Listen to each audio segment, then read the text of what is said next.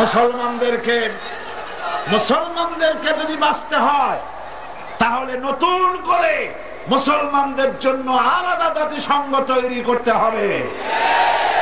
তাহলেই পৃথিবীর মানুষ সেই ইসলামের আইন দিয়ে পৃথিবীর মানুষ শান্তি পেতে পারে। বিশ্বব্যাপী শান্তির মূল ফর্মুলা দিয়েছেন আল্লাহ। কে দিয়েছেন? আল্লাহ রাব্বুল আলামিন শান্তির ফর্মুলা দিচ্ছেন। দুনিয়ার কাফের বেঈমানেরা হাজারো জাতিসংঘ যদি বানায় শান্তি দিতে পারবে না। শান্তির জন্য আল্লাহ রাব্বুল আলামিন ফর্মুলা বলছেন, পদ্ধতি বলে দিচ্ছেন। তাআলাউ ইলা কালিমাতিন সাওয়াইন বাইনানা ওয়া বাইনাকুম আল্লা না'বুদা ইল্লাল্লাহ ওয়া লা নুশরিকা বিহি শাইআ। আল্লাহ পাক বলছেন, হে নবী আপনি বলেন, কুল তাআলাউ ইলা কালিমাতিন সাওয়াইন বাইনানা ওয়া বাইনাকুম। এসো হে আহলে কিতাব, হে খ্রিস্টান জগৎ, এসো তোমরা আর আমরা এমন একটা কথায় একীভূত হই, একত্রিত হই যা তোমাদের জন্য আর আমাদের জন্য সমভাবে প্রযোজ্য। এমন একটা কথায় আমরা একত্রিত হই। সেই কথাটা কি?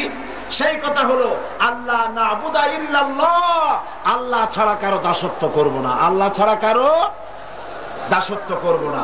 আল্লাহ ছাড়া কারো গোলামি করব না। ওয়ালা নুশরিকা বিহি শাইআ, আর আল্লাহর সাথে কাউকে শরীক স্থাপন করব না। ওয়ালা ইয়াত্তাখিযা বা'দুনা বা'দান আরবাবাম মিন দুনিল্লাহ, আর আমরা পরস্পরকে প্রভু হিসাবে কেউ কাউকে গ্রহণ করব না। এই তিনটা ছিল ফর্মুলা। শান্তির ফর্মুলা কয়টি? তিনটি। এই তিনটি ফর্মুলা অনুযায়ী যদি দুনিয়া চলতে পারত, এই দুরবস্থার সৃষ্টি হতো না। আল্লাহ ছাড়া কারো দাসত্ব করব না। আজকে এই কথা কি আমরা মানি? জোরে বলেন, মানি না। আমরা এই কথা মুখে মানলেও কার্যত আমরা মানি না। আমাদের কোর্ট কাছারি, আমাদের আদালতে আল্লাহর আইন চলে। আমাদের আল্লাহর আইন, এই আইন দিয়ে আমাদের দেশে পার্লামেন্ট, আমার দেশের সেক্রেটারিয়েট, আমার দেশের ক্যান্টনমেন্ট, আমার দেশের শিক্ষাঙ্গন, আমার দেশের কলকারখানা, ক্ষেত খামার, অফিস আদালত আল্লাহর আইন অনুযায়ী চলে কি? সুতরাং অশান্তি হবে না। শান্তি কিভাবে হবে? 2 নম্বরের কথা হচ্ছে ওয়ালা নুশরিকা বিহি শাইআ, আল্লাহর সাথে কাউকে অংশীদার স্থাপন করো না, শরীক করো না।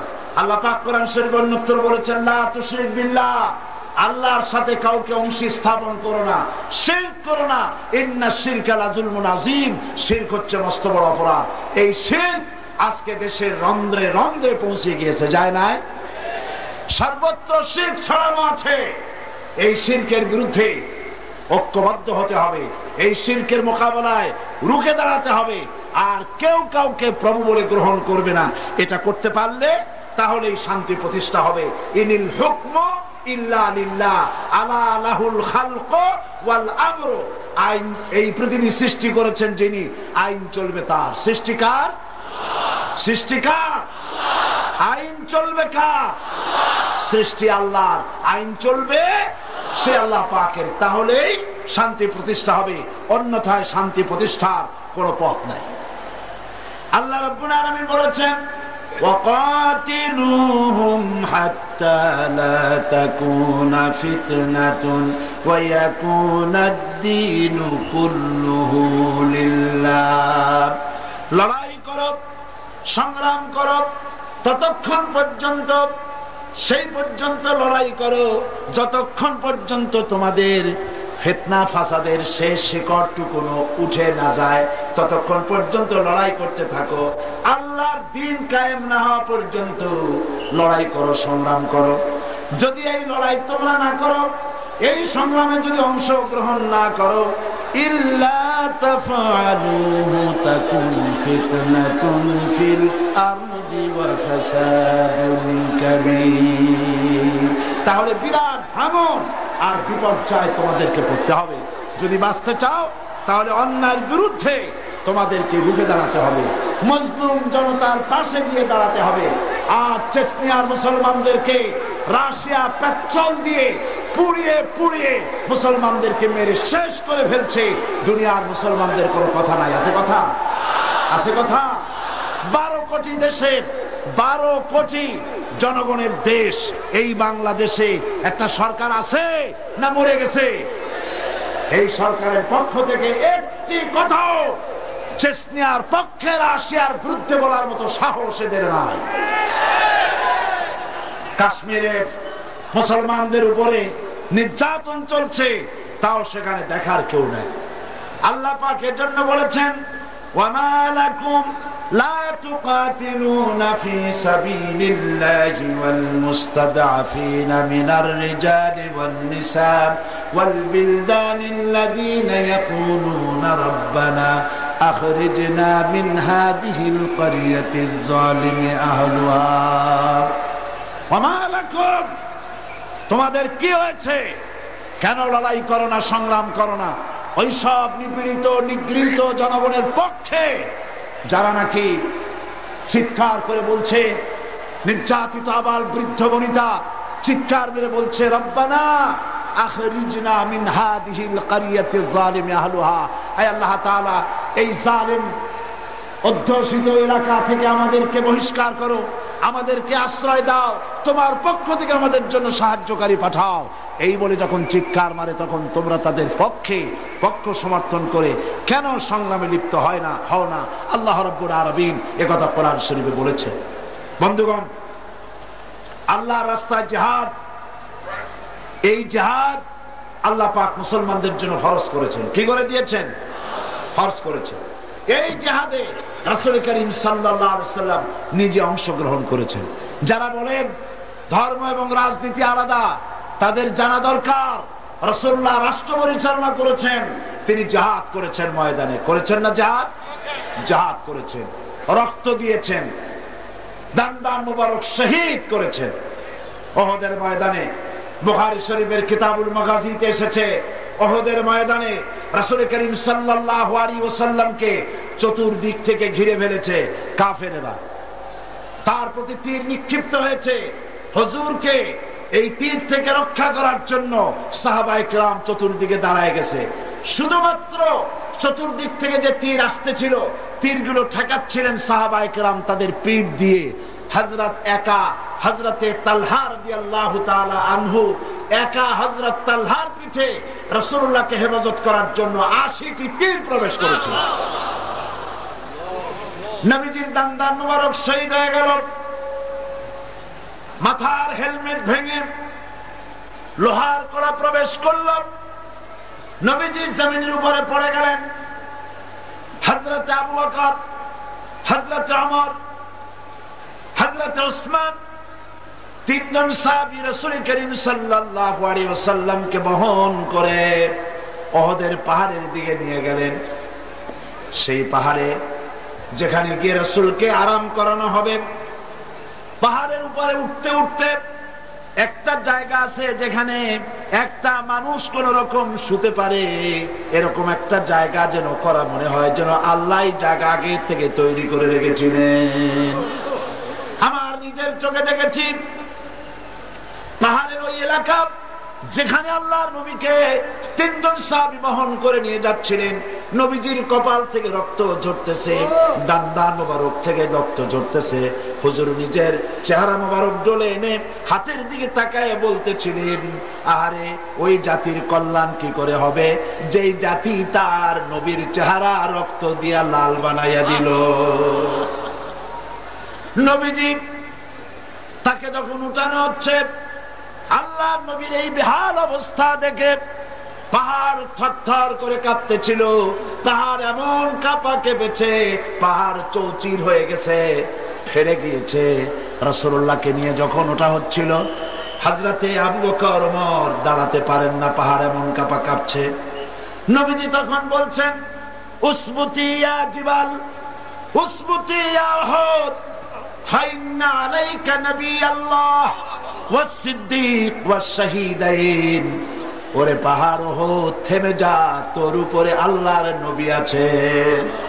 তোর উপরে একজন সিদ্দিক আছেন, তোর উপরে দুইজন শহীদ আছেন, হযরতে ওমর, হযরতে উসমান রাদিয়াল্লাহু তাআলা আনহুমা। তারা শহীদ হবেন কবে? তার আগে হুজুর ভবিষ্যৎবাণী করছেন, তোমার উপরে একজন নবী, একজন সিদ্দিক আর দুইজন শহীদ আছে। পাহাড় থেমে যা। পাহাড় থেমে গেল। নবীজি ইন্তেকাল করেছেন, শহীদ হয়েছেন। এই খবর ছড়িয়ে গেল মদিনায়। মদিনা থেকে একটা মহিলা দৌড়াতে লাগলো। দৌড়াতে দৌড়াতে যখন ওহদের দিকে যাচ্ছে, লোকেরা তাকে জিজ্ঞেস করলো, মেয়ে লোক তুমি যাও কোথায়?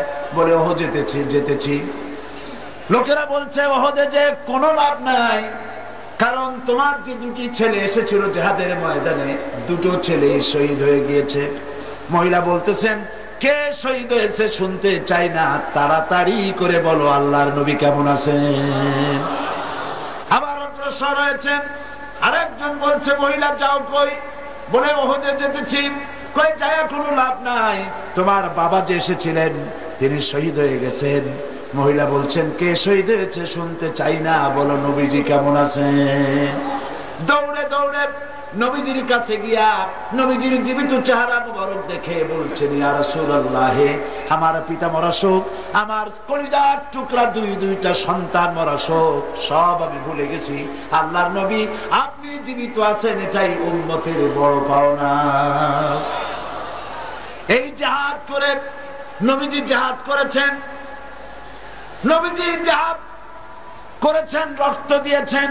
তার একটি মাত্র কারণ ছিল, জমিন হলো আল্লাহর, আইন চলবে কার?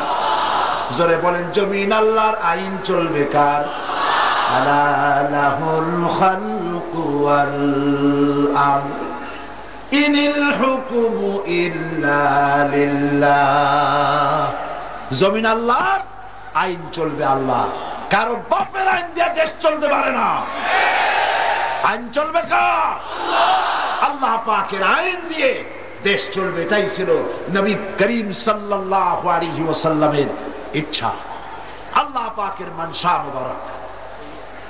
সুতরাং ইসলাম হচ্ছে একটি বিপ্লবী মতাদর্শ, যা সমগ্র পৃথিবীর সমাজ ব্যবস্থার আমূল পরিবর্তন করে নিজস্ব আদর্শ দিয়ে ঢেলে সাজাতে চায়। আর মুসলমান হচ্ছে সেই আন্তর্জাতিক বিপ্লবী দল যারা আল্লাহর রং দিয়ে দুনিয়াকে রাঙাতে চায়। আর এই উদ্দেশ্য হাসিলের জন্য ইসলামী দলের বিপ্লবী চেষ্টা সাধন এবং চূড়ান্ত শক্তি প্রয়োগের নামই হচ্ছে জিহাদ। এটার নাম কি? জিহাদ। ইহুদি, খ্রিস্টান, দুনিয়ার বিভিন্ন জাতি, তারা দেশ দখলের জন্য তারা যে লড়াই করে, এই লড়াইয়ের নাম দস্যুতা। এই লড়াইয়ের নাম কি? দস্যুতা। তারা দস্যু বৃত্তি করে দুনিয়ার ছোট ছোট দেশগুলিকে নিজেদের প্রধানত করার জন্য চেষ্টা চালায়। সুতরাং জিহাদের উদ্দেশ্য হবে মানব সমাজে আল্লাহর আইন চালু করা। কার আইন? আল্লাহর আইনকে চালু করা। এটাই হচ্ছে জিহাদের মূল উদ্দেশ্য। আর এই উদ্দেশ্যে যারা লড়াই করে, আল্লাহ পাক তাদের উপরে, তাদেরকে ভালোবাসেন, তাদের উপরে আল্লাহ পাক রহমত নাজিল করেন। যারা জিহাদ করে আল্লাহর দ্বীন কায়েমের জন্য, আল্লাহর দ্বীন প্রতিষ্ঠার জন্য, কোরআনের আইন চালু করার জন্য যারা লড়াই করে, তাদের জন্য আল্লাহ পাক রেখেছেন বিরাট নিয়ামত, বিরাট পুরস্কার দুনিয়া এবং আখিরাতে। তবে লড়াই করতে গিয়ে যুদ্ধের ময়দানে শাহাদাতের তামান্না সম্পর্কে রাসূলুল্লাহ বলেছেন, যার ভিতরে শাহাদাতের তামান্না নাই, মুনাফিকের মউত হবে। জিহাদের ইচ্ছাও নাই, মুনাফিকের মউত হবে। বলুন নাউযুবিল্লাহি মিন যালিক। এই মুনাফিকের মউত যেন আমাদের না হয়। জিহাদ, আপনারা কি জিহাদকে ভয় পান? রাসূলুল্লাহ বলেছেন,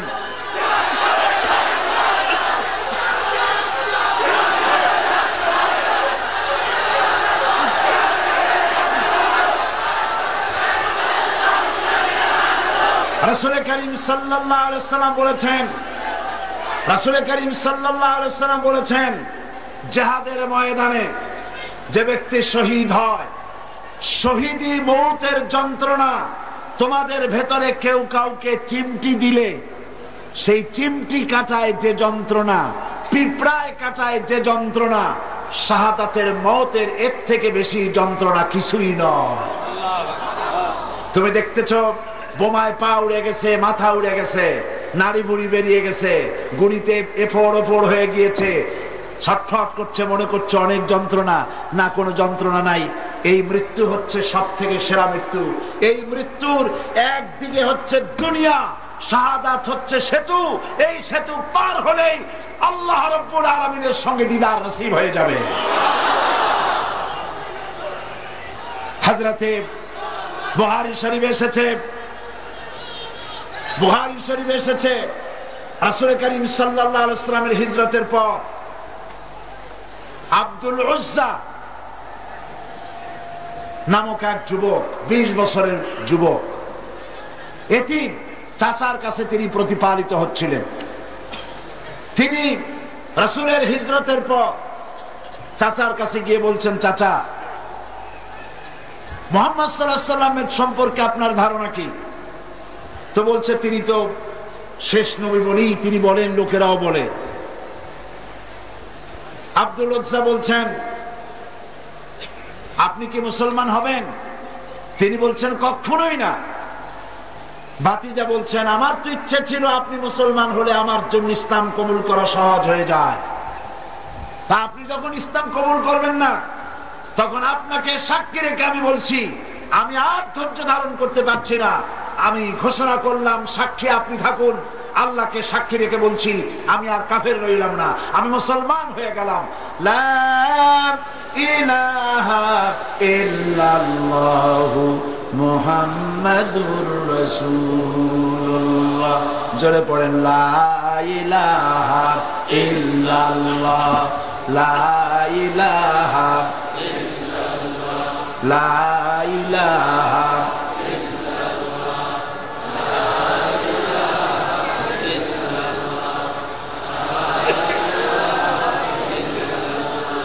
লা ইলাহা ইল্লাল্লাহু মুহাম্মাদুর রাসূলুল্লাহ। চাচা বলছে, আব্দুল উজ্জা, তুমি কি জানো এর পরিণতি কি? কয় না, জানি না। পরিণতি হচ্ছে, তুমি যখন ইসলাম কবুল করেছো, আমি তোমাকে সোনা দানা দিয়েছি, বাড়ি ঘর দিয়েছি, উট ঘোড়া দিয়েছি, সব ফিরিয়ে দাও। তিনি বললেন, কোনো অসুবিধা নাই, সব ফিরিয়ে দিলাম, নিয়ে যান। চাচা বলছে, এতেই হবে না, তোমার গায়ের জামা, তোমার পরনের লুঙ্গি আমার দেওয়া, এটাও ফেরত দাও। যুবক ছেলে গায়ের জামা এবং পরনের লুঙ্গিও খুলে দিয়ে দিলেন। উলঙ্গ অবস্থায় মায়ের কাছে গিয়ে হাজির। মা নিজের যুবক ছেলেকে উলঙ্গ দেখে 2 হাত দিয়ে চোখ চেপে ধরেছেন। বলছেন, বাবা, তোমার এই করুণ দশা কেন? ছেলে বলছে, মা, ইসলাম কবুল করার কারণে আমার এই করুণ দশা হয়েছে। মা জিজ্ঞেস করছে, বাবা, তুমি আমার কাছে কি চাও? তিনি বললেন, আমি এখন বিশ্বনবী মুহাম্মদ সাল্লাল্লাহু আলাইহি ওয়াসাল্লামের কদম মোবারকের কাছে হাজির হতে চাই। আমাকে এক টুকরা কাপড় দিয়ে, মা, তুমি আমাকে সাহায্য করো। মা বলছে, আমার কাছে তো কোনো কাপড় নাই। একটা ছেঁড়া কম্বল তিনি দিয়ে দিলেন। এই কম্বলটা তিনি পরলেন, এক টুকরা গায়ে দিলেন ছিঁড়ে, আর এক টুকরা পরলেন, তা হাঁটুর উপরে থাকলো, হাঁটু ঢাকলো না। এই অবস্থায় তিনি হেঁটে হেঁটে বহু কষ্ট করে মদিনা মুনাওয়ারায় পৌঁছে গেলেন। বাবে জিবরিল থেকে ঢুকলেন, সেখানে তিনি বসে আছেন। রাসূল করিম সাল্লাল্লাহু আলাইহি সাল্লাম হুজরা শরীফ থেকে বেরিয়ে দেখেন এক যুবক, মাথার চুলগুলো এলোমেলো, চোখ কোটরগত, সফরের আসর তার চেহারার মধ্যে, হাঁটু বের করা, মসজিদে নববীতে বসা। তুমি কে? তিনি বললেন, আমার নাম আব্দুল উজ্জা। তোমার এই হালত কেন? তিনি ঘটনা শোনালেন। নবীজি বললেন, তোমার নাম আব্দুল উজ্জা নয়, তোমার নাম রেখে দিলাম আব্দুল্লাহ, তুমি আব্দুল্লাহ।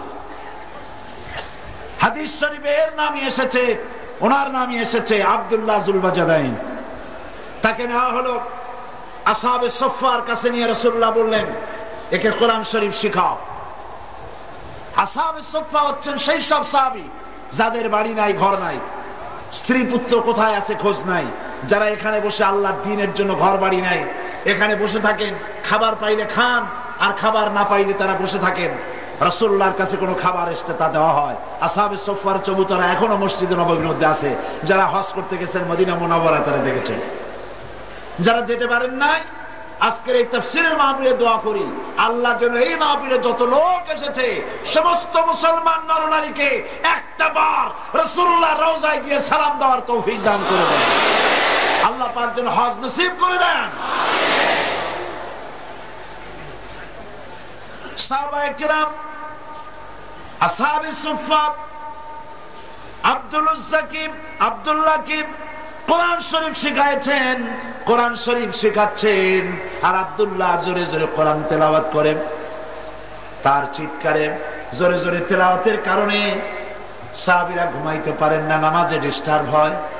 রাসূলুল্লাহ আসছেন পরে, তারা বললেন ইয়া রাসূলুল্লাহ, আব্দুল্লাহকে নিষেধ করুন, তার চিল্লানিতে আমরা নামাজ পড়তে পারি না, ঘুমাইতে পারি না, চিল্লায়া কোরআন শরীফ তেলাওয়াত করেন।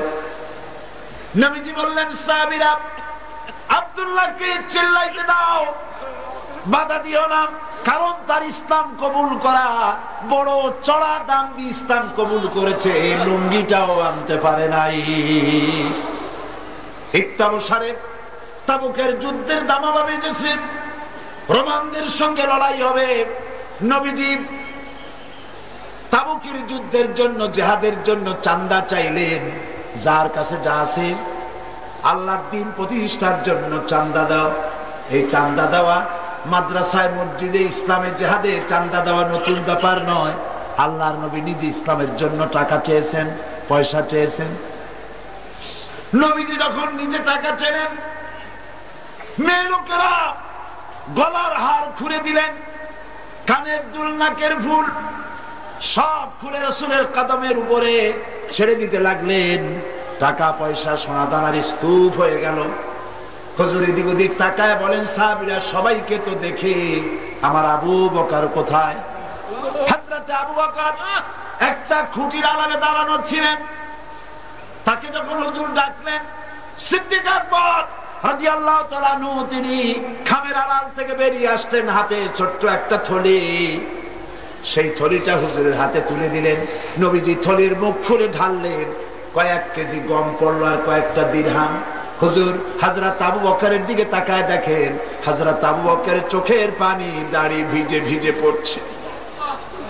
নবীজি জিজ্ঞেস করলেন, আবু বকর, আল্লাহর নবী হযরত আবু বকরের এই দৃশ্য দেখে উপস্থিত সাহাবীদেরকে বললেন, ও সাহাবীরা, তোমরা আজকে সবাই মিলে তাবুকের জিহাদের যে চাঁদা দিয়েছো, যে সাহায্য করেছো, তোমাদের সকলের দানের তুলনায় আল্লাহ পাকের কাছে আবু বকরের দানের মর্যাদা বেশি হয়ে গেছে। তারা প্রশ্ন করলেন, তা কেমনে হলো? মনে মনে চিন্তা করলেন। নবীজি তাদের মনের অবস্থা বুঝতে পেরে আল্লাহ পাকের নবী জিজ্ঞেস করলেন, অমুক অমুক সাহাবী, তোমরা কি দিয়েছো আর বাড়িতে কত আছে? সবাই বললেন, এত দিয়েছি, এত আছে। হযরত ওসমান তো বলেছিলেন, আমার জীবনের সঞ্চিত সমস্ত সম্পদের অর্ধেক এনে নবীজির কদমে হাজির করেছি, আর অর্ধেক আমার বাড়ি আছে। প্রত্যেকেই বলেছে, এত দিয়েছি, এত আছে। হযরত আবু বকরকে যখন নবীজি জিজ্ঞেস করলেন, আবু বকর, তুমি কত দিয়েছো আর বাড়িতে কত আছে? হযরত আবু বকর রাদিয়াল্লাহু তাআলা আনহু বলছেন, ইয়া রাসূলুল্লাহ, আল্লাহ রাব্বুল আলামিনের কসম করে বলি, আবু বকরের ঘরে জাগতিক সম্পদ বলতে যা বোঝায় সবটুকু এনে নবীজির কদম মুবারকে হাজির করে দিয়েছি আমার ঘরে। এখন আল্লাহ তার রাসূল ছাড়া কোনো জিনিস বাকি নাই। হযরতে আব্দুল্লাহ এই দানের অবস্থা দেখলেন, নিজে কিছুই দিতে পারেন নাই। যুদ্ধে রওনা করলেন নবীজি ৩০,০০০ সৈন্য নিয়ে। আল্লাহর নবী রওনা করেছেন তাবুকের দিকে, আর কাফের রোমান সৈন্যরা এসেছে ২ লাখ। তারা কয় লাখ? ২ লাখের প্রস্তুতি। আর রাসূল নিলে ৩০,০০০। সেনাপতি কে? হ্যাঁ মুসলমান। যারা বলো ধর্ম আর রাজনীতি আলাদা, ঈমান নষ্ট হয়ে যাবে। রাসূলুল্লাহ সেনাপতি। কিছু দূর অগ্রসর হওয়ার পর হযরত আব্দুল্লাহ জুলবাজালাইন নবীজির কাছে এসে বলছেন, ইয়া রাসূলুল্লাহ, এই তাবুকের জিহাদের জন্য আপনার সকল সাহাবী পুরুষ মেয়ে লোক সবাই মিলে সাহায্য করলো, কিন্তু আমার ভাগ্য খারাপ, কিছুই দিতে পারলাম না, আমার তো কিছু নাই। তবে হুজুর আমি আপনার কাছে দোয়া চাই, আপনি আমার জন্য দোয়া করেন, আজকের এই জিহাদের ময়দানে আমি যেন আমার জীবনটা দিয়ে দিতে পারি। নবীজি বললেন, আব্দুল্লাহ একটা ডাল থেকে একটা ডাল, একটা বাকল, একটা গাছের ছাল নিয়ে আসো। আব্দুল্লাহ গাছের একটা ছাল নিয়ে আসলেন। হুজুর বুখারী শরীফের হাদিসে এসেছে, নবীজি ওই ছালটা নিয়ে হযরত আব্দুল্লাহর হাতে বেঁধে দিয়া বললেন, আল্লাহ আমি আব্দুল্লাহর রক্ত কাফেরদের জন্য হারাম বানাইয়া দিলাম।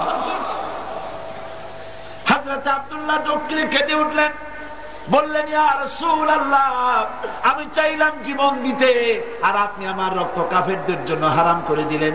নবীজি বললেন, আব্দুল্লাহ এরপরে যদি তোমার মউত বিছানার উপরে হয়, তাবুর মধ্যে জ্বরেও যদি তোমার মউত হয়, আল্লাহ রাব্বুল আলামিন শাহাদাতের দরজা তোমারে দিয়ে দিবে।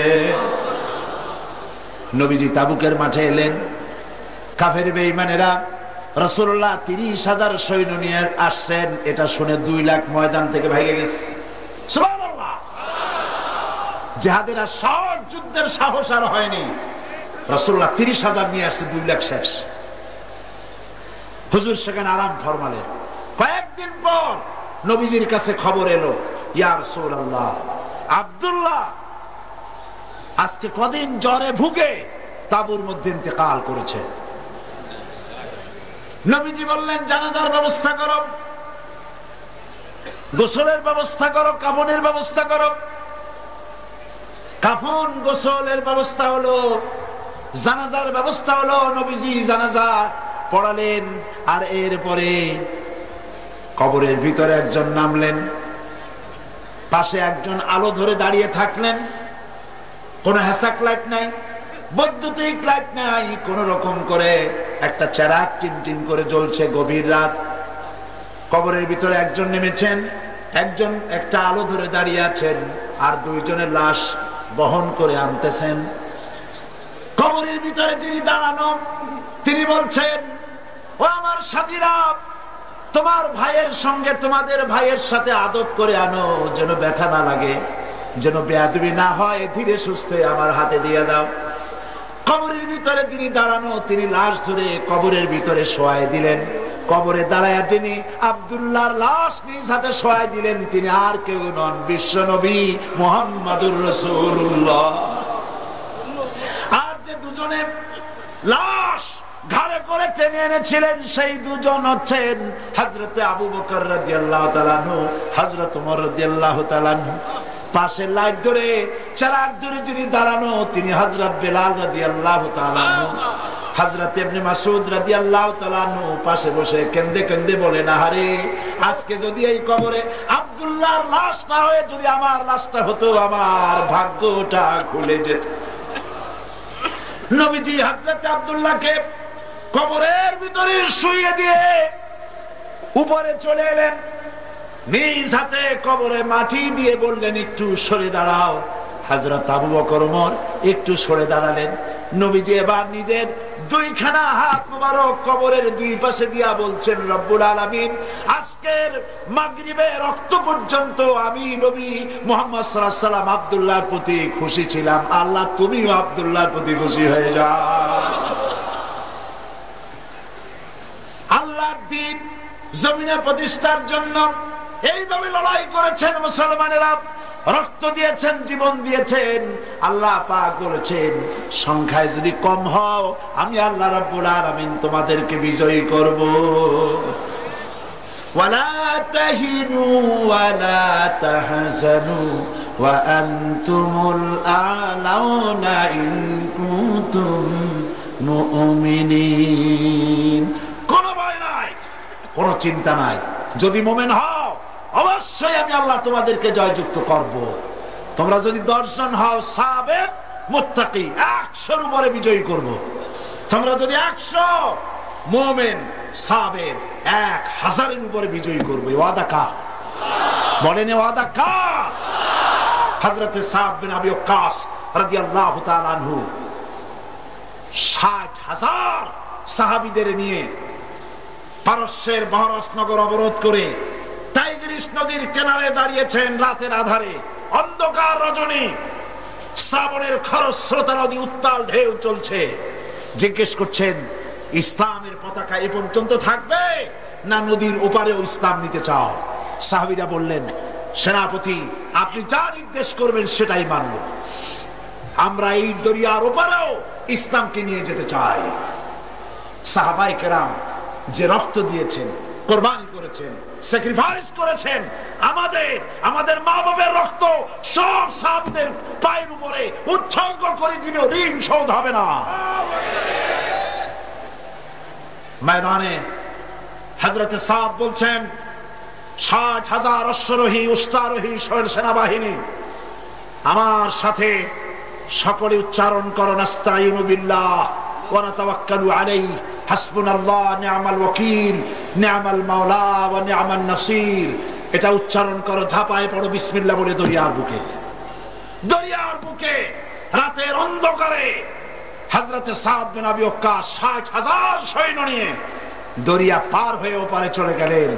একটা ঘোড়াও হারায় নাই, একটা মানুষও হারায় নাই। বিশ্বকবি আল্লামা ইকবাল, আল্লাহ জান্নাতুল ফেরদাউস নসিব করুন। আমার দেশেরও কবি আল্লামা ইকবালও কবি, আমার দেশের নাস্তিক কবি, যে বলে হজরের আজান শুনলে মনে হয় যেন বেশ্যা তার খরিদ্দার ডাকতেছে। এই নরধম, এই জাহান্নামের কীটকে জাতীয় কবি, বাংলাদেশের বড় কবি বলে ঘোষণা করা হয়।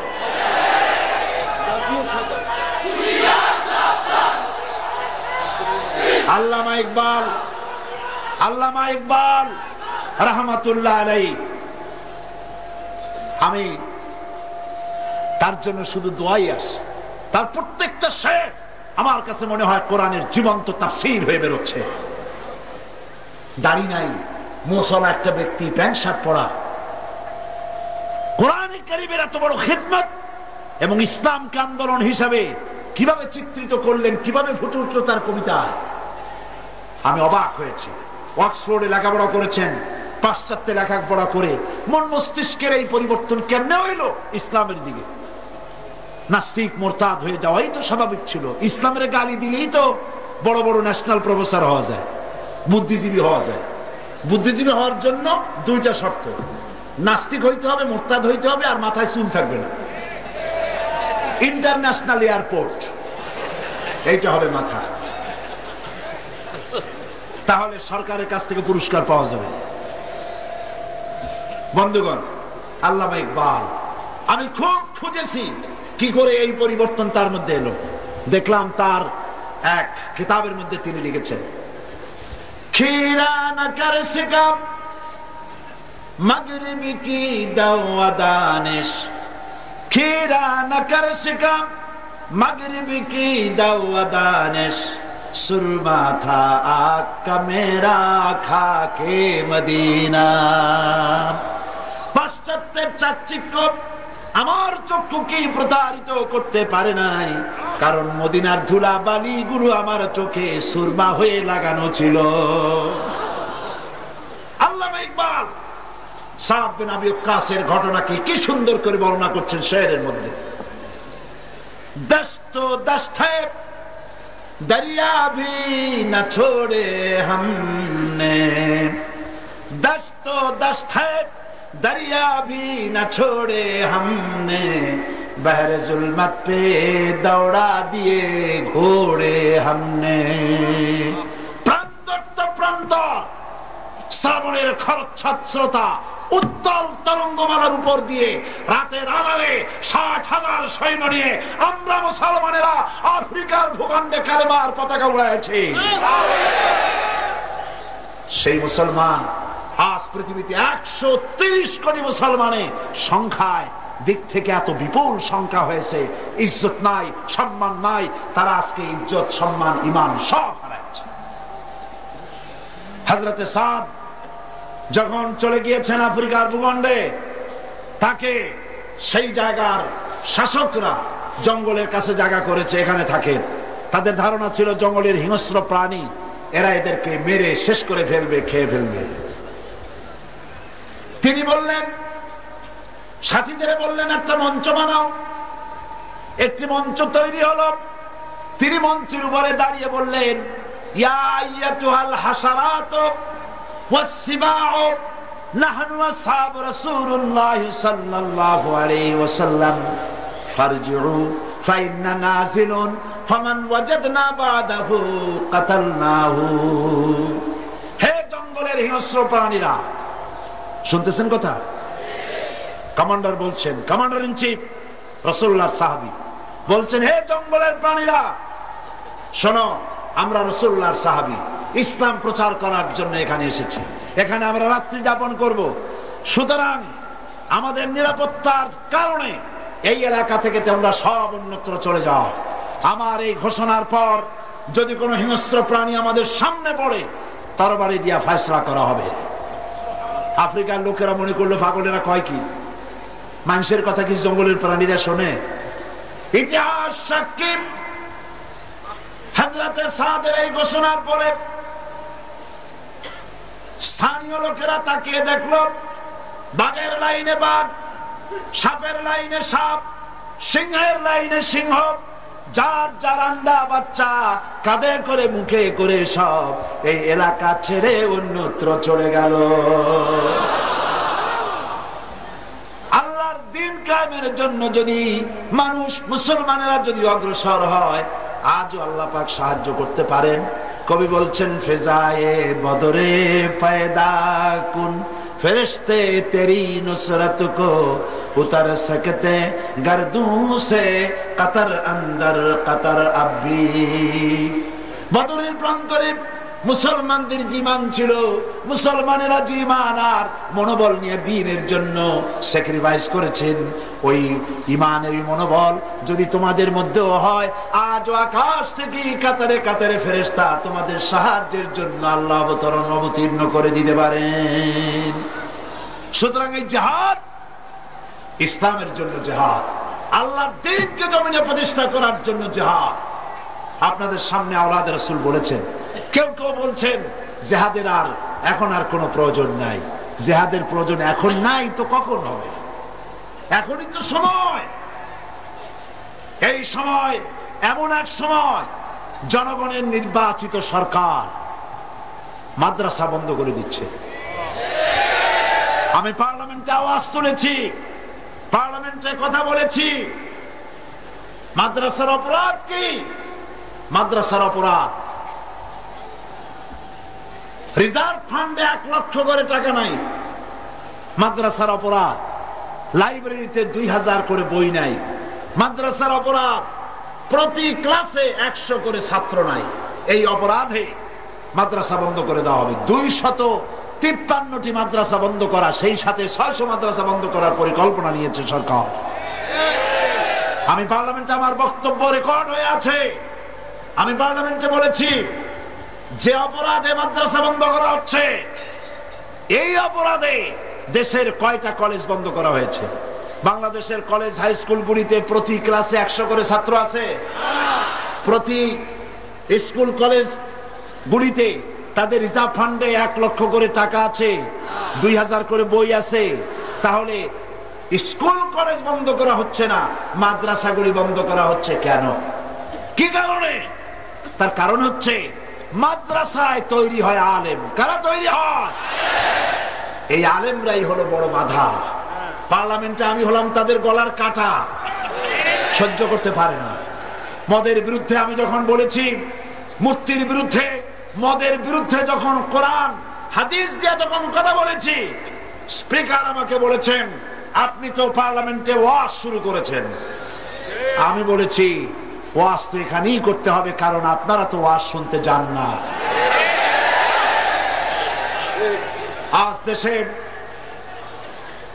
মাদ্রাসা বন্ধ তারা করছে, কারণ মূর্তির বিরোধিতা কারা করে? আলেমরা। কারা করে? আলেমরা করে।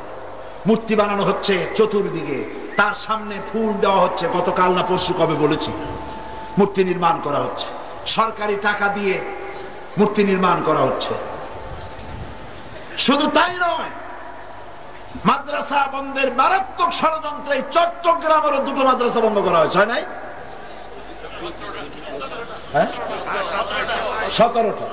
চট্টগ্রামের 17টি মাদ্রাসার মধ্যে গারাঙ্গিয়া আছে না?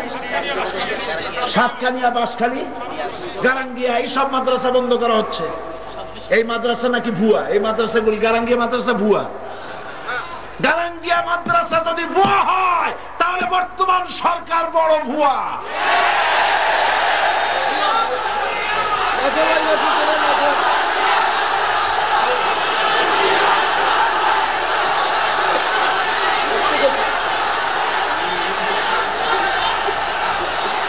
আমার বন্ধুগণ, এখানেই শেষ নয়, এখানেই শেষ নয়। কাদিয়ানীদেরকে সরকার পক্ষ অবলম্বন করছে, তাদেরকে পুনর্বাসিত করছে। জাতীয় ইমাম সমিতিতে নারায়ে তাকবীর আল্লাহু আকবার বলা নিষেধ করা হয়েছে। এর চাইতে মারাত্মক অপরাধ আর কি হতে পারে?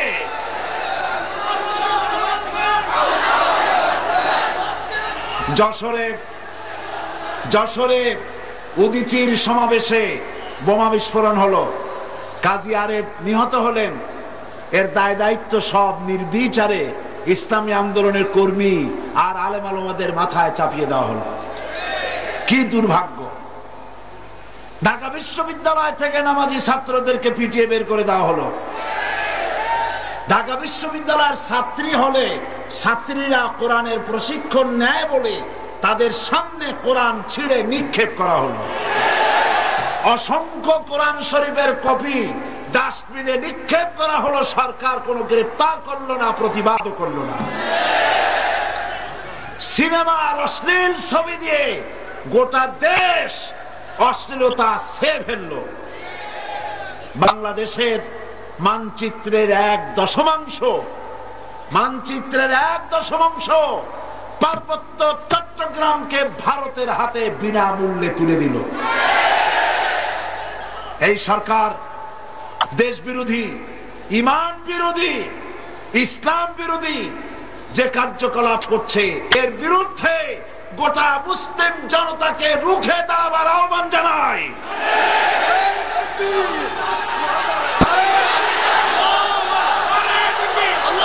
এই জিহাদ নফল নয়, ভালো করে শুনুন, ভালো করে শুনুন। এই জিহাদ নফল নয়, এই জিহাদ সুন্নত নয়। দেশ বাঁচানো, ইমান বাঁচানোর এই জিহাদে শরীক হওয়া প্রত্যেকটি মুসলমান নরনারীর জন্য ফরজ হয়ে গিয়েছে।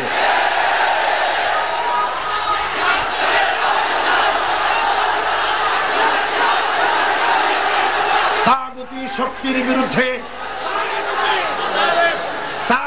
শক্তির বিরুদ্ধে এই জিহাদে আমরা কামিয়াব হব ইনশাআল্লাহ। বিশ্বব্যাপী তাগুতের বিরুদ্ধে লড়াই করে নতুন এক শতাব্দীর আগমন ঘটবে। সেই নতুন শতাব্দী হবে অবশ্যই ইসলামের শতাব্দী।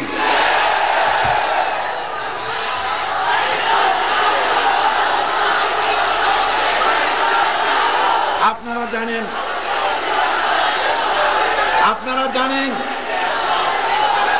আজ পৃথিবীতে মুসলমানদের উপর অত্যাচার চলছে, ঠিক কিনা গণ? বাংলাদেশেও আলেম ওলামা সবচাইতে নির্যাতন কাদের উপরে? আলেম ওলামাদের উপরে, পীর সাহেবদের উপরে। থামো, বসো। আমি আজকে আইবিএসবি, ডিএফআই, এনএসআই, আর্মি ইন্টেলিজেন্স, গোয়েন্দা বিভাগকে বলতে চাই, আপনারা সরকারকে লিখুন, এই বাংলাদেশে যদি সরকার আর কোন একজন আলেমকে গ্রেফতার করে, যদি আলেমদেরকে পুলিশ রিমান্ডে নিয়ে নির্যাতন করা হয়, গোটা বাংলাদেশকে আগুন দিয়ে পুড়িয়ে দেওয়া হবে।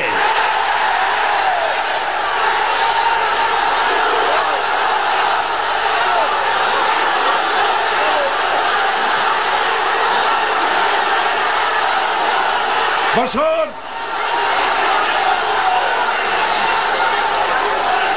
বসুন। ওলামাদের উপর নির্যাতন আপনারা সহ্য করবেন? আলেমদের সাথে বেয়াদবি করো না। সরকারকে বলছি, আলেমদের সাথে, মাদ্রাসার সাথে বেয়াদবি করো না। যদি বেয়াদবি করো, কোরআন শরীফ যেভাবে ডাস্টবিনে ফেলেছো, আল্লাহ তোমাকেও ডাস্টবিনে নিক্ষেপ করবে।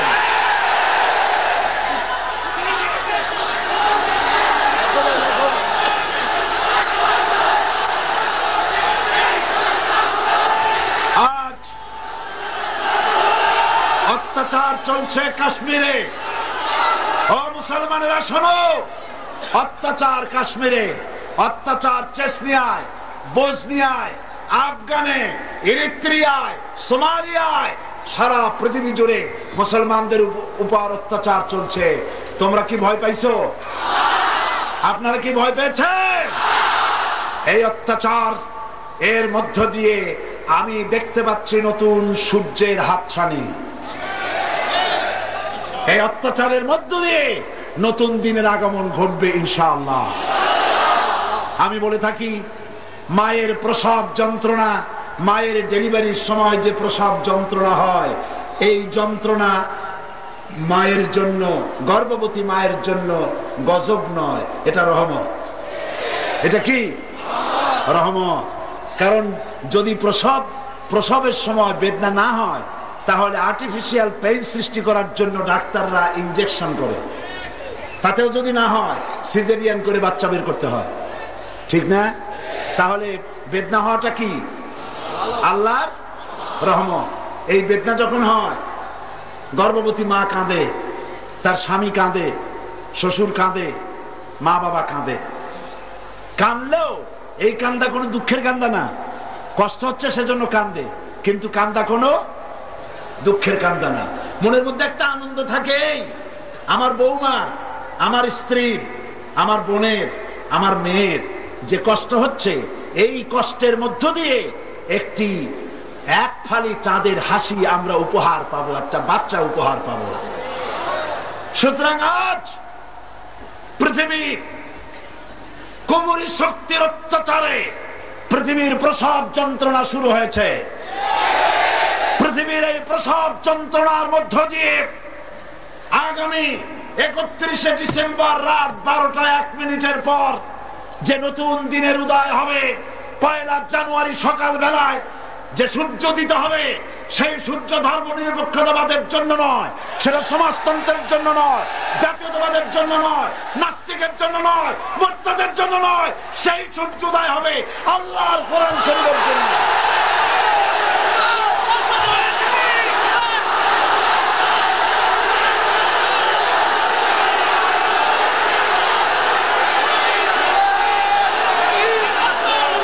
বসুন, বসুন, যার যার জায়গায়, যার যার জায়গায় বসে পড়ুন, জোরে সোরে জিকির করেন সুবহানাল্লাহ, আলহামদুলিল্লাহ, লা ইলাহা ইল্লাল্লাহ, সুবহানাল্লাহ, জোরে।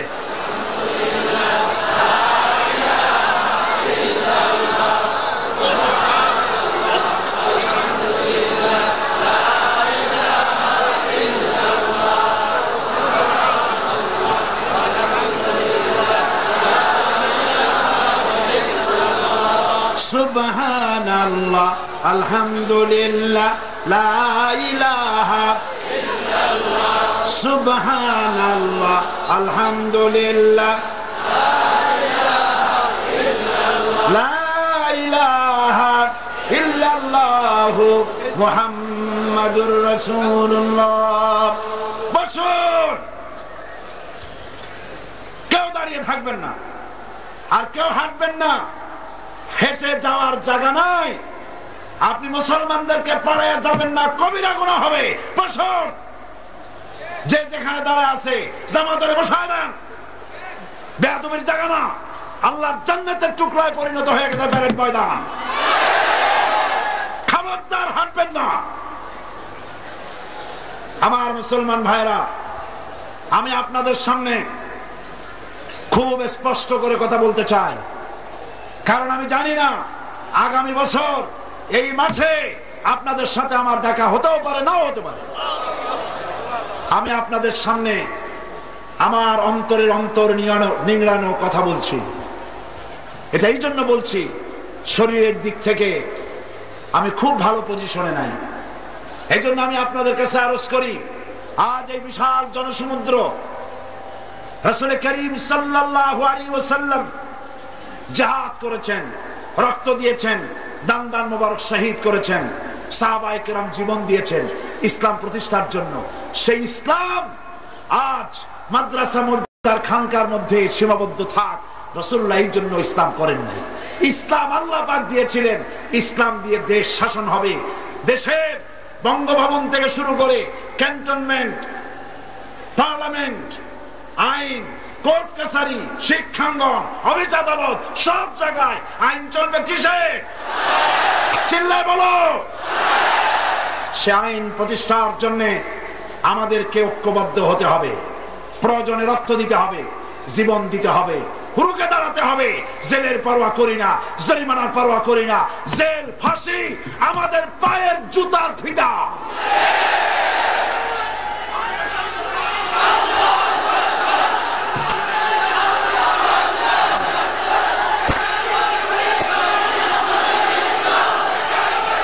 আমার মুসলমান ভাইয়েরা, আল্লাহর দ্বীন কায়েমের জন্য আপনারা কি প্রস্তুত আছেন?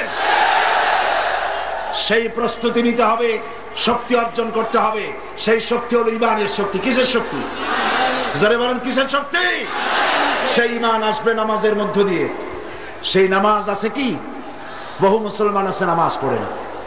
ওয়াজ মাহফিলে এসেছে ঠিক, তাফসীরের মাহফিলে এসেছে ঠিক, কিন্তু নামাজ পড়ে না। এই নামাজের ব্যাপারে বহুবার আমি এখানে বলেছি, বহুবার বলেছি। 21টি বছরের একটি বছর বোধহয় এরকম যায় নাই যে বছর নামাজের কথা বলা হয় নাই। কথা ঠিক কিনা? আজও বলি, নামাজ যদি না পড়ে, রাসূলুল্লাহ বলেছেন লা দীনা লিমান লা সালাতা লাহু, তার কাছে দ্বীন নাই, ঈমান নাই যার কাছে নামাজ নাই। রাসূলুল্লাহ বলেছেন মান তারাকা সালাতান মুতাআম্মিদান ফাকাদ কাফারা, যে ইচ্ছে করে নামাজ ছেড়ে দিল সে কুফরি করলো। বলেন নাউযুবিল্লাহ। আমার বন্ধুগণ, আল্লাহ রাব্বুল আলামিন এই কোরআন শরীফের ভিতরে 82 জায়গায় বলেছেন বান্দারে নামাজ পড়, নামাজ পড়। হযরত মুসা আলাইহিস সালামের কাছে আল্লাহ রাব্বুল আলামিন প্রথম যে ওহী নাজিল করলেন, সে ওহীটা ছিল ইন্নানি আনাল্লাহ লা ইলাহা ইল্লা আনা ফা'বুদনি ওয়াকিমিস সালাতা লিযিকরি। নিশ্চয় আমি আল্লাহ, আমি ছাড়া কোনো ইলাহ নাই, কোনো আইনদাতা নাই, বিধানদাতা নাই। আমার উদ্দেশ্যে আমার ইবাদত করো আর আমার শরণার্থে নামাজ কায়েম করো। আল্লাহ তার মুসা আলাইহিস সালামের প্রতি প্রথম ওহীতে নামাজের কথা শোনায় দিলেন। প্রত্যেক নবীর জন্য নামাজ ফরজ ছিল বিভিন্ন কায়দায়। রাসূল করিম সাল্লাল্লাহু আলাইহি ওয়াসাল্লাম তিনি বলেছেন আমার কাছে 3টা জিনিস প্রিয়। একটি হলো সুগন্ধি, একটা হলো স্ত্রী, আর একটা হলো নামাজ। নামাজ আমার চক্ষুকে শীতল করে দেয়। এই নামাজ রাসূল করিম সাল্লাল্লাহু আলাইহি ওয়াসাল্লাম নামাজ সম্পর্কে বেশি তাকিদ করেছেন।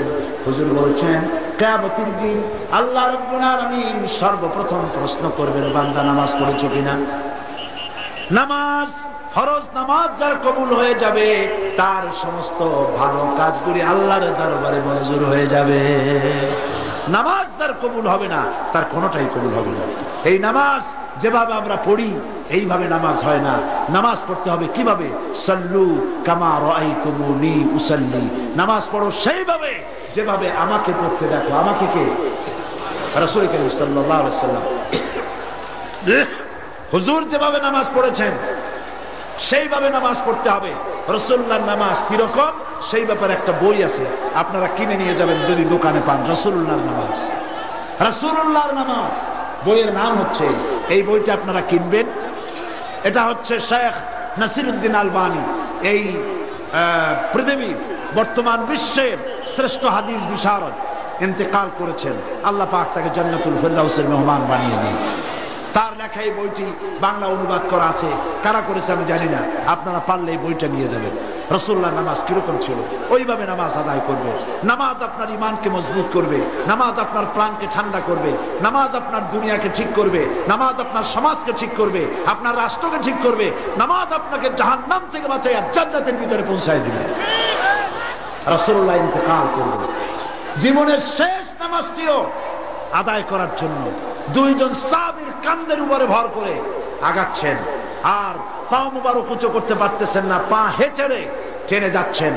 মেম্বারের উপরে দাঁড়িয়ে বললেন, হে উপস্থিত জনতা, আল্লাহ রাব্বুল আলামিন এই পৃথিবীতে তার এক বান্দাকে দুনিয়ার সব নিয়ামত দিতে চেয়েছিলেন, কিন্তু সেই বান্দা দুনিয়ার সমস্ত নিয়ামতকে পরিত্যাগ করে আল্লাহর সাথে দিদার করা পছন্দ করেছে। সাহাবায়ে কেরাম বুঝতে পারেন নাই কার কথা তিনি বলছেন। হযরত আবু বকর রাদিয়াল্লাহু তাআলা আনহু তিনি কাঁদতেছিলেন। তিনি বুঝতে পেরেছেন এই পৃথিবীর সমস্ত জাগতিক সম্পদ আল্লাহ রাব্বুল আলামিন তার হাবিবকে দিতে চেয়েছেন, আর তার হাবিব আমাদেরকে তিন করে খুব শীঘ্র বিদায় হয়ে যাবেন। নবীজি নামাজ আদায় করে হুজরা শরীফে ঢুকলেন।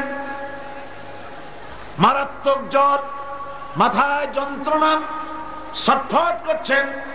জ্বরে একবার বেহুশ হয়ে যান, আর একবার হুশে আসেন। হুশে এসে হযরতে আয়েশার কাছে প্রশ্ন করছেন, আয়েশা মসজিদে নববীতে এখন কি হচ্ছে?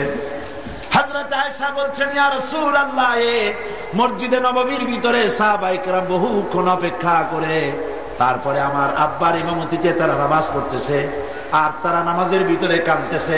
তাদের ধারণা হয়েছে আল্লাহর নবীর পিছনে নামাজ পড়ার বুঝি তাদের কিসমতে হবে না। নবীজি বললেন, আয়েশা মসজিদের দিকের দরজাটা খুলে দাও। দরজা খোলা হলো। হুজুর মাথা উঁচু করে মসজিদের ভিতরে নামাজের দৃশ্য দেখে আবার শুয়ে পড়লেন। হযরত আয়েশা দেখেন হুজুরের চোখের কোনা দিয়া পানি বেয়ে পড়ছে। হযরত আয়েশা প্রশ্ন করলেন, ইয়া রাসূলুল্লাহ, নামাজের দৃশ্য দেখে কাঁদছেন কেন? হুজুর বলেন, আয়েশা রে, এটা কোনো দুঃখের পানি নয়, এটা তৃপ্তির পানি। আজকে যে জামাত দেখলাম, নামাজ আদায় করতে দেখলাম, এই নামাজ আদায় করার জন্য, নামাজ জামাতে আদায় করার জন্য, নামাজ কায়েম করার জন্য তায়েফের ময়দানে বহুত রক্ত আমার শরীর থেকে ঝরেছে। উহুদের ময়দানে দান শহীদ হয়েছে, সাহাবায়ে কেরাম জীবন দিয়েছেন। এরপরে যে জামাত কায়েম হলো, এই দৃশ্য দেখে আমার মনে বড় তৃপ্তি হলো। পৃথিবী যতদিন থাকবে আমার উম্মতেরা এভাবে নামাজ আদায় করবে। রাসূলুল্লাহ আবার বেহুশ হয়ে পড়লেন। সাহাবায়ে কেরাম মসজিদ থেকে আজার কেউ বের হয় না, সকলে কাঁদছেন। সবার ধারণা আজকের রাত রাসূলুল্লাহ আজকের রাত কাটাবেন না, হয়তো রাতের ভিতরে ইন্তেকাল করবেন। আর ঘরের ভিতরে স্ত্রীরা কাঁদতেছেন। রাত দ্বিপ্রহরের পরে হুজুরের চোখ খুলে গেল, তাকিয়ে দেখেন মা ফাতেমা সবচাইতে বেশি কাঁদতেছেন। হুজুর ফাতেমাকে কাছে ডাকলেন, কানে কানে কি যেন বললেন। হযরত ফাতেমার কান্না বন্ধ হয়ে গেল। হযরত আয়েশা হযরত ফাতেমাকে ডেকে বললেন, মা, তোমার আব্বা তোমাকে কি বললেন যাতে তোমার কান্না বন্ধ হয়ে গেল? হযরত ফাতেমা বলেন, আম্মাজি, আমার আব্বা আমার কানে কানে বললেন, মা, তোমার কান্না আমার সহ্য হয় না, কেঁদো না। আমি তোমাকে সুসংবাদ দেই, আমার ইন্তেকালের পরে সকলের আগে তোমার সাথে আমার দেখা হয়ে যাবে। হযরত ফাতেমা বলেন, মা, আমি বুঝতে পেরেছি রাসূল ইন্তেকালের পরে, আমার আব্বা জানের ইন্তেকালের পরে আত্মীয় স্বজনের মধ্যে আমার ইন্তেকাল আগে হবে, আর আমার আব্বার সঙ্গে আমার দিদার নসিব হয়ে যাবে। রাসূলুল্লাহ আবার বেহুশ হয়ে পড়লেন। ফজরের আখ্যান দিয়ে হুজুরের চোখ খুলে গেল। তাকিয়ে বললেন, জিবরাইল কাছে এসো, জিবরাইল কাছে এসো।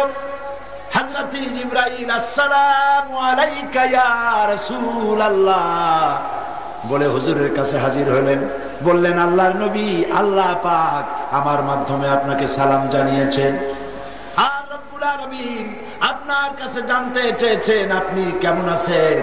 অবশ্য আপনার শরীরের খবর আপনি যা জানেন আল্লাহ তার থেকে অনেক ভালো জানেন, তবু আপনার মুখ থেকে আল্লাহ জানতে চেয়েছেন।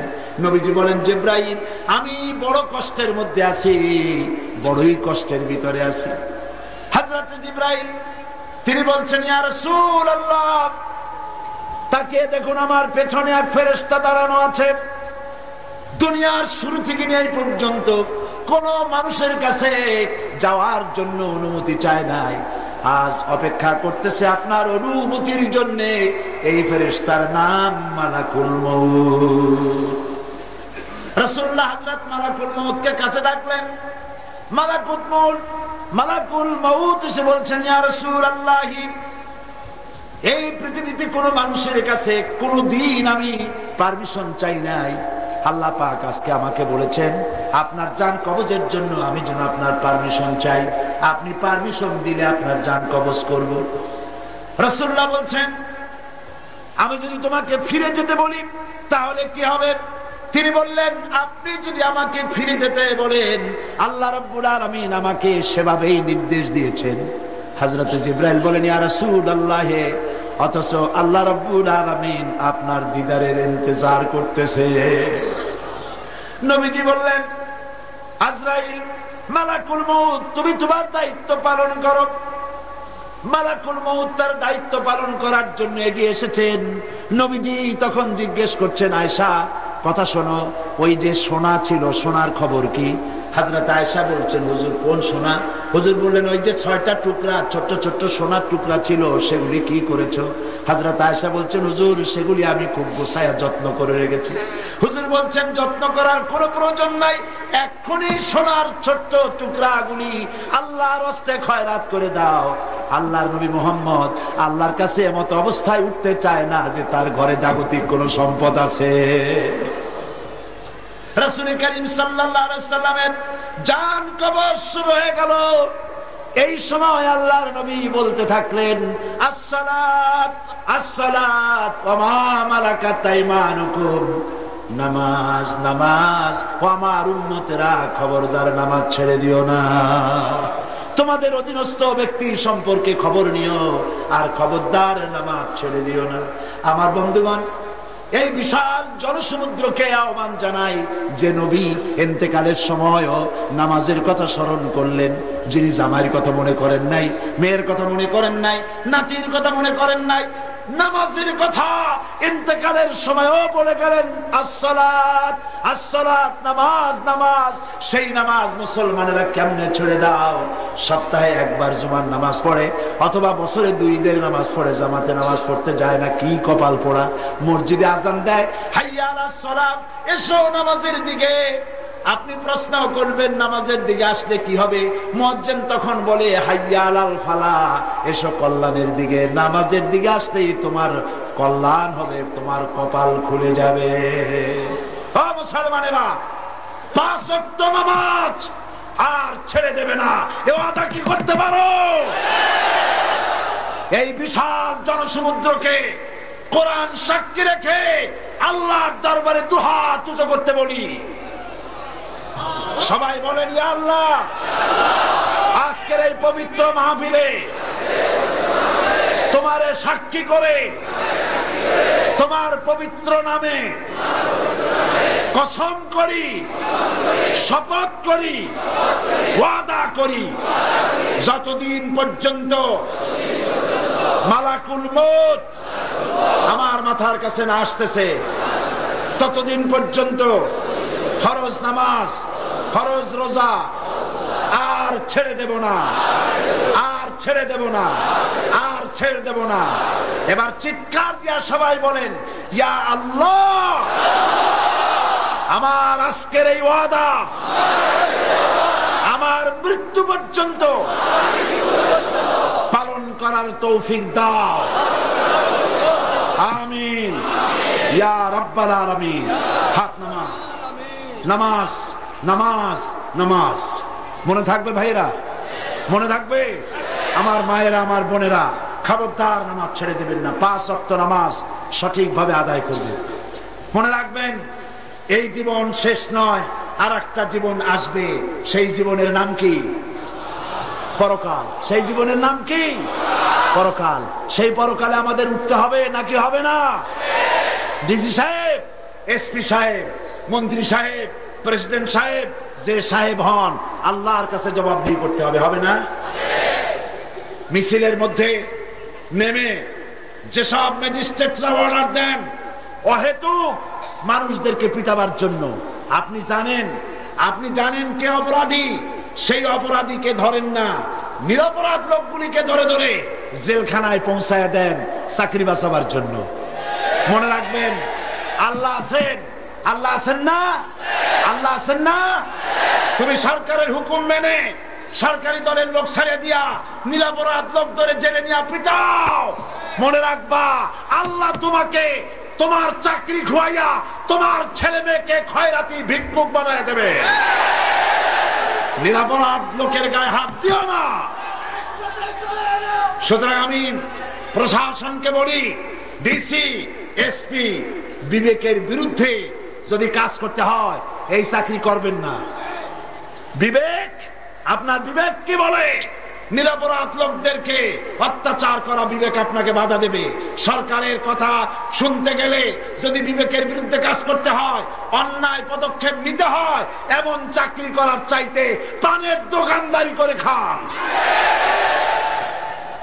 আমি আজ পরকালের জবাবদিহির জন্য এই বিশাল জনতাকে বলছি, কিয়ামতের দিন আপনি, আমি, প্রধানমন্ত্রী, প্রেসিডেন্ট আর রিকশাওয়ালা, কুলি মজুর, ঠেলাওয়ালা সকলকে কিয়ামতে আল্লাহর দরবারে উঠতে হবে। হবে না? হবে না? হবে।